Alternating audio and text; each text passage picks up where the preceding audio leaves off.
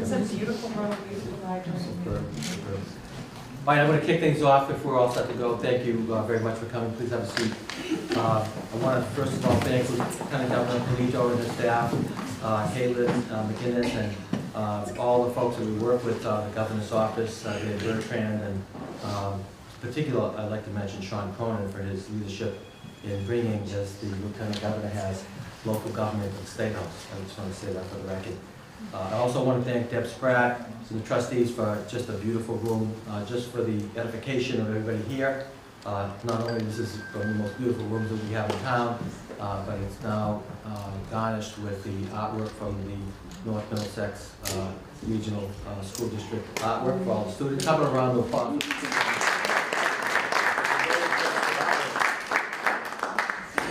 I also want to recognize our leadership at our regional planning agency, which goes without saying, without their support and their high level of professionalism, we would not be here today. Beverly Woods, who's the executive director. Beverly, thank you. And Jake Donovan.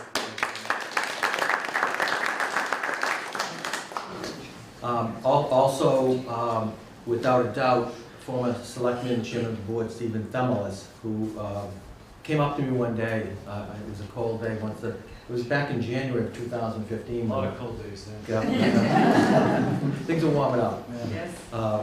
We had heard from the Lieutenant Governor's office, and what a great program to get out, work with the communities. The first executive order that Governor Baker signed, I'm sure at the bequest of Lieutenant Governor Polito, was to forge these working partnerships with local governments, to look at best practices, look at ways that we can work together.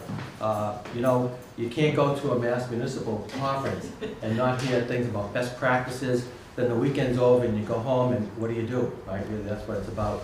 Well, what Karyn Polito is about is putting that into action, if you will. So these community compacts, I also want to recognize, if I could, Martin Kadek, who worked on the IT storage and offsite background solutions bond. Please stand up for a second.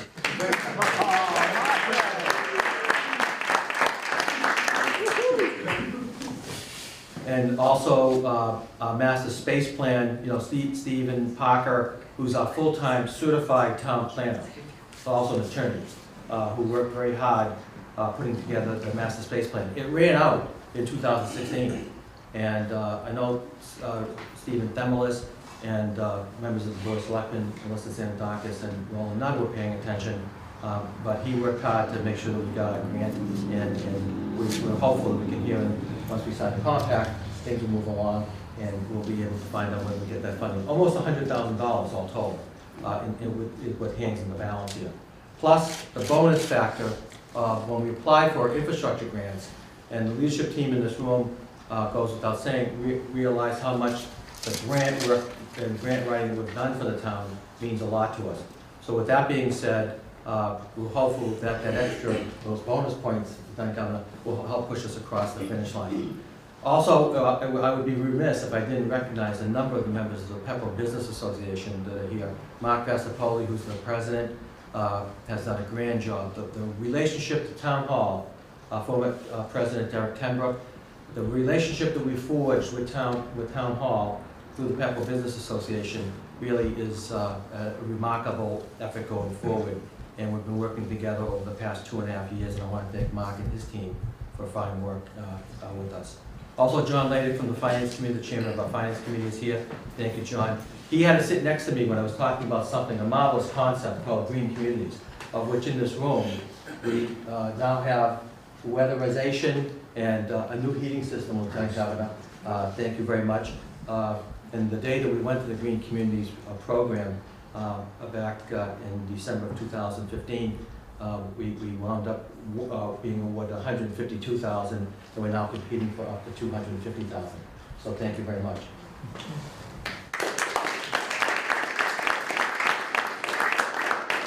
I also would be remiss if I didn't say to you that, working on Beacon Hill for 13 years in my career, I found that you meet genuine people in the field.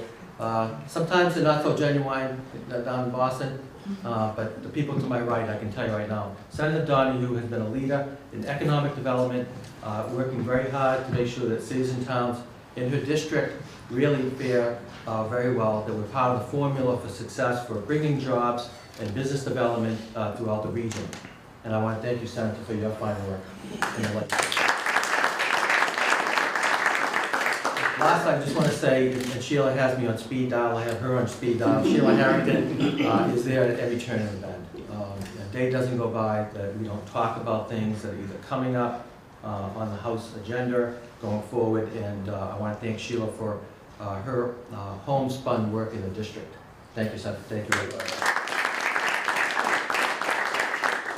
And the last comment that I would make, given that we have a great Board of Selectmen, and I'd like to ask the Chairman of the Board of Selectmen, Melissa Zanadakis, to come up to make some remarks. Thank you, everybody. I will be brief.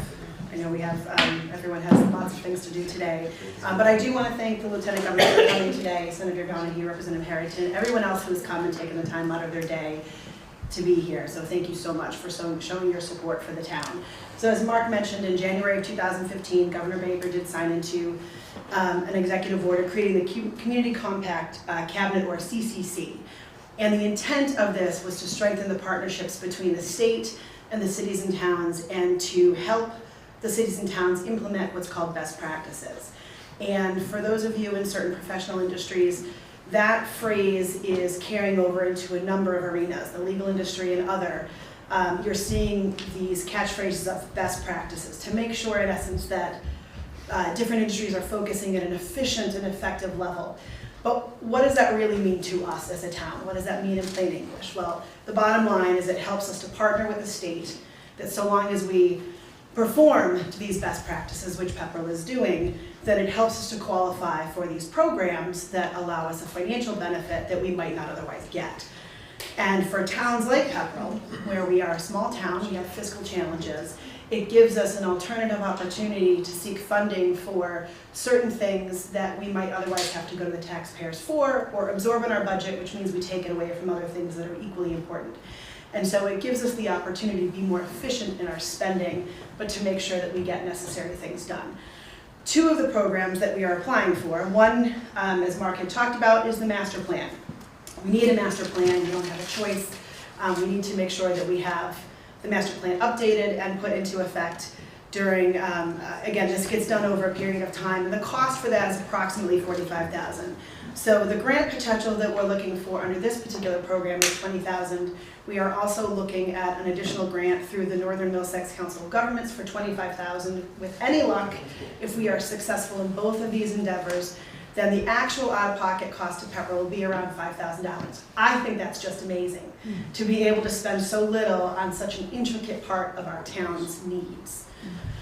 In addition, one of the other things that we're looking at that Mark mentioned as well, that Martin's assisting with, is IT storage and offsite backup. In today's environment, we would be remiss if we weren't making sure that we had one offsite backup storage solutions to make sure that, God forbid, anything ever happened, we could access our data if something happened to town hall or other. But in order to do that, because we are a town, there's a lot of paper records. In order to compile and store all of that and to get ourselves to the point where we have an electronic data storage system, we need to undergo scanning, management, and all of that. And so the grant potential we're looking at for that is around $78,000, which that may seem like a lot, but the man hours just to get us from paper to electronic is very significant. For any of you who've ever undergone that in your own business, think of it on a more grandiose scale for a town. That's a lot of man hours. So that really is a bargain. But again, if we are successful in getting the grant application for that as well, it will help defray the cost to the town. These kinds of programs, as I said before, are just invaluable. And this kind of assistance helps us to make sure that we can maximize our general budget for routine matters. I just also want to say, and I'm going to conclude, that since Mark has come to the town, it's been a few years now, there have been a very large number of grants that have been applied for in a number of different arenas, all across the scope of town government. The time hours that go into it for Mark, for Peggy Mazzola, for any of the other staff members who have been involved in assisting the applications on these grants. It's very significant, and I don't think people realize the amount of time, energy, effort, and hours that go into researching the grants, applying for the grants, putting the supporting materials together for the grants. It's a lot of effort. I know that both chiefs for emergency management have done a number of work in grants. We've gotten it at town hall, all across town government. All of our department heads have in some way, shape, or form been involved in at least some grant application. And I would be remiss if I didn't say a big thank you to all of them, because all of their hard work is greatly appreciated. So I thank everyone for being here, and I will turn it back over. Thank you.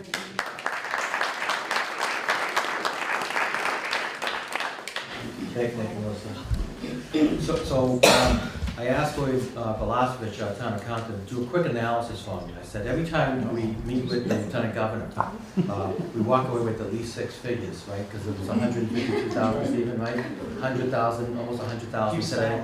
So, Lieutenant Governor, I just want you to know, we booked this room next week, next Thursday. Come back, and you can bring the checkbook if you have it with you, so it's all good. But without further ado, just to say to you, because I know how she works very hard with the legislature and town officials, and we hear that through all of our contacts through town administrators, town managers, and all of the mayors and people we work with throughout the state. She really is the real deal. And on behalf of the town, I'd like to introduce Lieutenant Governor Karyn Polito.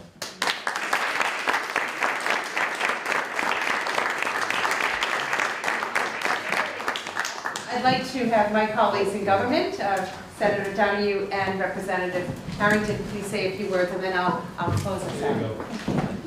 Well, thank you so much, Lieutenant Governor Polito. It's always wonderful to see you here, and this is a great day for the town of Pepperell. I just wanted to say a few words. You know, representing the town on Beacon Hill is a true pleasure, and it's a pleasure and an honor because of the leadership you have here in town. You know, Mark Andrews as the manager of the Board of Selectmen, both current and prior board members of the board, really exhibit complete commitment to the town. It's a well-run town. You do it in a very smart way. And so I'm delighted that the Lieutenant Governor is here to sign this compact with you today. I also just wanted to say a few words about what this means, and I think it really is worth pointing out that both Governor Baker and Lieutenant Governor Polito from the get-go have seen and understood the local government and the importance of partnering with local government. I think it might have something to do that they had some background in local government once upon a time, and it really matters because too often, you know, on the state level, often there isn't the reach across to the local communities. And I think this program is one example, an important one, of showing not only the willingness to partner with the local communities across the Commonwealth, but to really be there to assist and to put some resources, much needed resources, to the town that just don't exist in their budget day to day. So I want to commend the Lieutenant Governor for this action. I think we're all excited when we hear that she's coming to one of our communities because we think good things are going to happen here. So congratulations to everybody who has worked so hard on having this become a reality today. And I look forward to continuing representing you and working with you on Beacon Hill as well. So thank you and congratulations, and thank you for being here.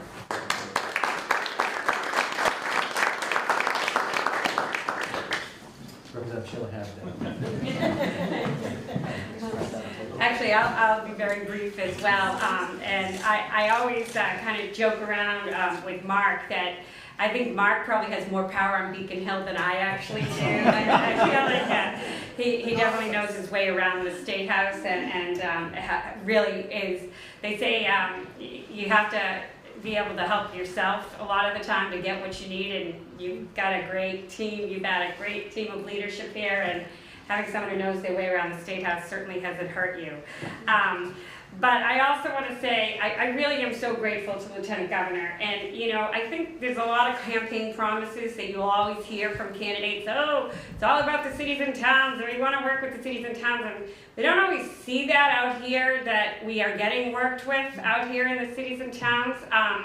But the Baker-Polito administration really put their money where their mouth is. And and you probably are going to tell them how many communities, but it's probably at least 2/3 of the state now have these community compacts. So it's upping the game in every community, big or small. Everybody is trying to take advantage of that. And I know that some of them, I think somebody even asked the Lieutenant Governor the other day, are we on a second round yet? She's like, no, we haven't finished the first round yet. So we might have to wait for the next check, because we're only on the first round. But I know that the legislature has been very supportive of it, and it passed very easily in the budget to keep this program going, because it does really filter down to the specific needs of the cities and towns. So again, thank you for all your hard work. The other, I'll say Everyone over here. Melissa, Roman, Mark, I'll say everyone's name, okay? You all have done an amazing job, so thank you very much for all your hard work, and a special thank you to Lieutenant Governor for your gracious hostess ability of these community compacts throughout the state. So thank you very much.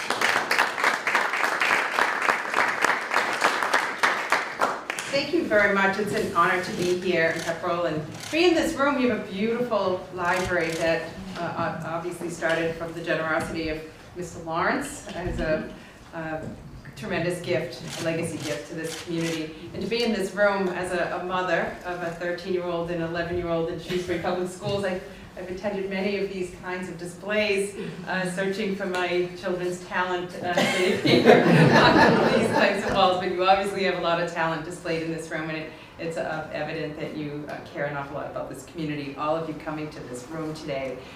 It's really inspirational to me. I say to Charlie, I have the very best job in state government, because I literally am sitting in the front seat, traveling to all of these communities in our Commonwealth, visiting town halls, public buildings like this, and city halls, and meeting you, the people who come to work for this community and others every day, part of the public workforce at the grassroots level of this Commonwealth, making decisions that impact the people's quality of lives. I mean, it's pretty profound. Our work, all of us, is to help you do your jobs even better with tools and resources and support, so that you can strengthen this community for the generations to come. And I think about that a lot as someone who has deep roots in central Massachusetts. Shrewsbury is my home. It was home to my parents and my grandparents, and it's home to our children. And I think that the true measure of our collective success in this Commonwealth is when the next generation, not only my children, but yours and your grandchildren, find all of their opportunity in this Commonwealth. They find good schools for their kids someday, they have jobs that they can wrap themselves around and build a life around, and they feel safe and healthy and well in this Commonwealth, because it's all here. And we got here not by any one of us alone. This is a total team effort. I want to thank Melissa and Mark. I want to take you on the road with me. You've got this down, you get it completely. And recently, U.S. News and World Report did an inaugural states ranking, and they ranked Massachusetts as #1. And we're all,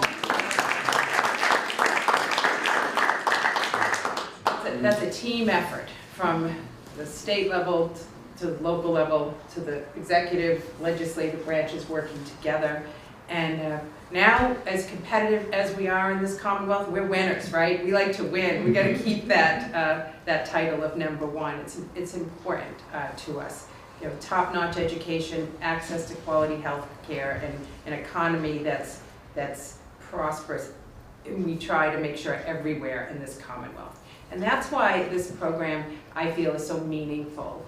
First of all, it was the executive order #1 to signal to our partners in local government that this is a partnership. You are not going to see our administration sit up on Beacon Hill and tell you what to do. that doesn't work. We don't believe in unfunded mandates. But what we can do is help you determine what you want to work on. What are your priorities? Where do you see your community, and how can we support you to get there? And that's exactly what the compact is all about. When we put this together, we called in a number of local officials to inform us about this. And we learned that the Gateway City program in Lowell and other gateway cities was working well. We said we want a program that meets the needs of every community, rural, suburban, small city, larger city, and no matter where situated in this Commonwealth. So today, I'm very pleased to be able to say that you are the 282nd community to sign in to the Commonwealth's Community Compact. So that tells you right there through that number that it is reaching all parts of our Commonwealth and strengthening local government. If we can strengthen local government in all 351 cities and towns, we will knit together a stronger Commonwealth of Massachusetts. That is what this is all about. As I said to you, volunteer. So you're volunteering to do this. You're choosing your best practices. The plans are really important. And while you take these plans and you create them, you're going to breathe life into them as well.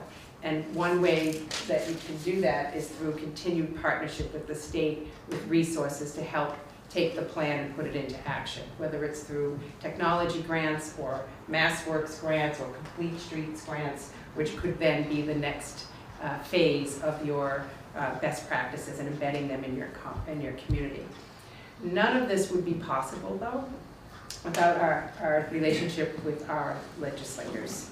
And another thing to say, in Massachusetts, we have bipartisan leadership that's working for everyone.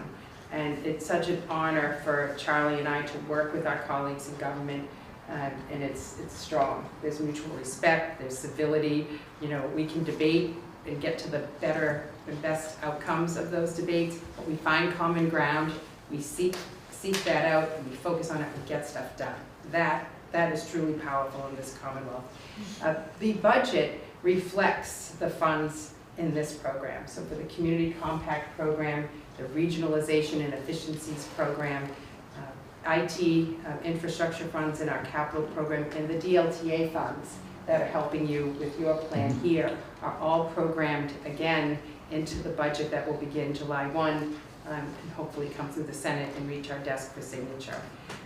So it's a team effort. You're doing your part by trying to do more for this community, and we need to do our part at the state level to make sure the resources are there. Local aid, Chapter 78. And today, the governor signed the bill that reached our desk for Chapter 90 funds to reach your community.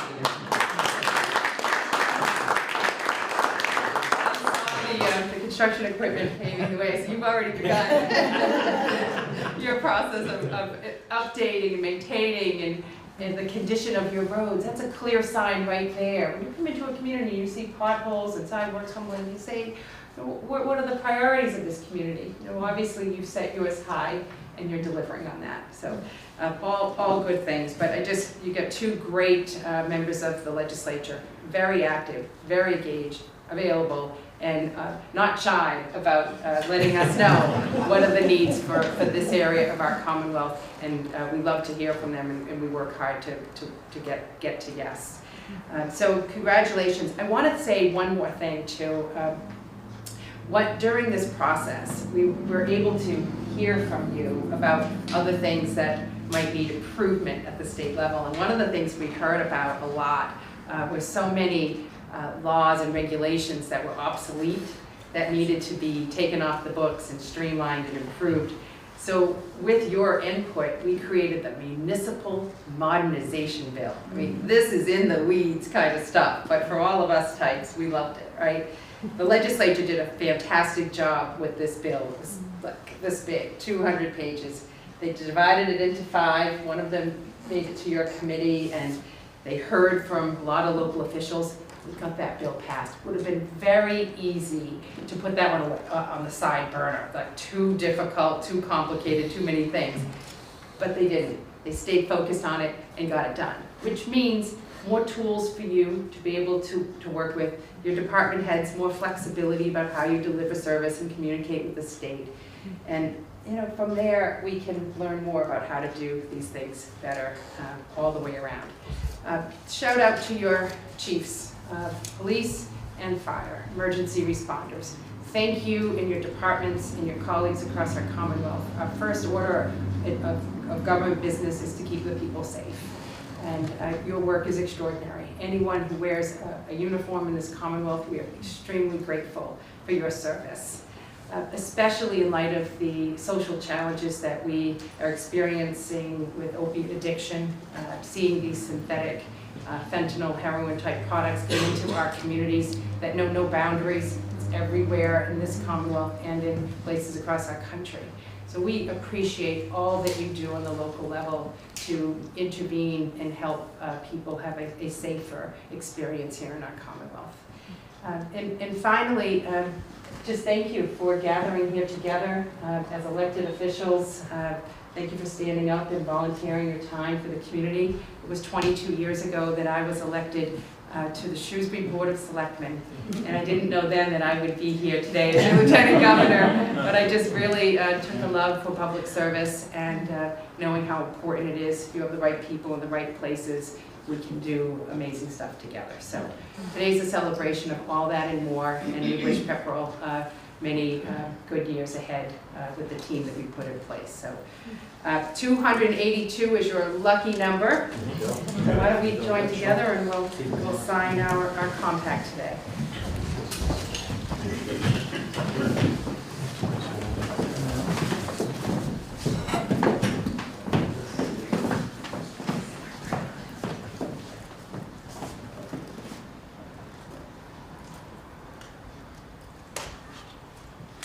I'm left so.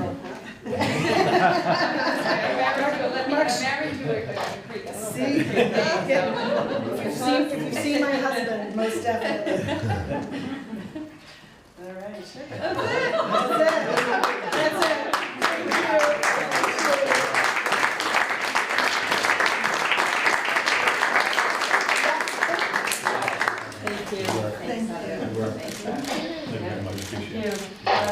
Thank you. Thank you very much. Thank you. With all of you. Thank you. Appreciate it.